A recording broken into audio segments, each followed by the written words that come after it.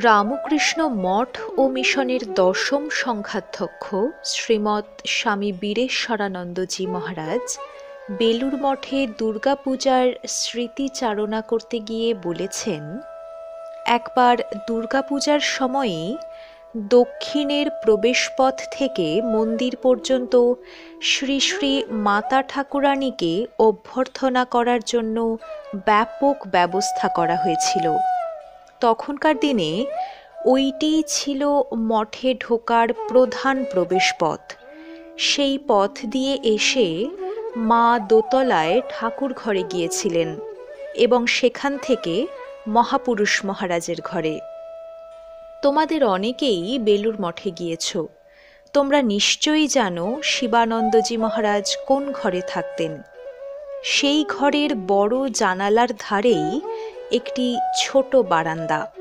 এটি আগে ছিল না, পরবর্তীকালে মহাপুরুষ মহারাজের সুবিধার জন্য বারান্দা তৈরি হয়েছিল।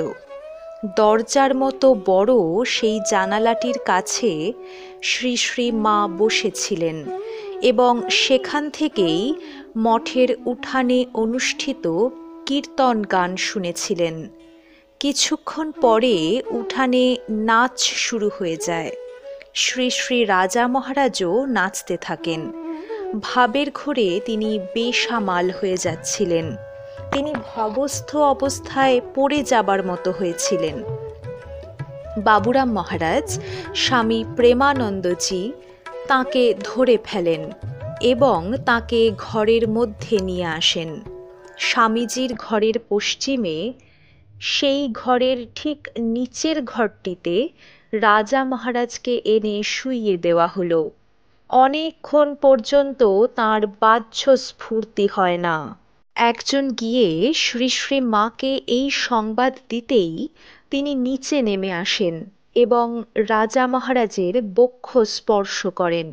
শ্রী শ্রী মা স্পর্শ করতেই মহারাজের বাহ্য জ্ঞান ফিরে আসে। অবশ্য এ প্রসঙ্গে কেউ কেউ বলে যে শ্রী শ্রী মা নিজ হাতে মহারাজকে একটু প্রসাদও দিয়েছিলেন। সেই প্রসাদ পেয়েই তিনি ক্রমে ক্রমে জ্ঞান ফিরে পান। যা হোক, শ্রী শ্রীমা বলেছিলেন, রাখাল নাচতে নাচতে ভাবস্থ হয়ে পড়েছিল।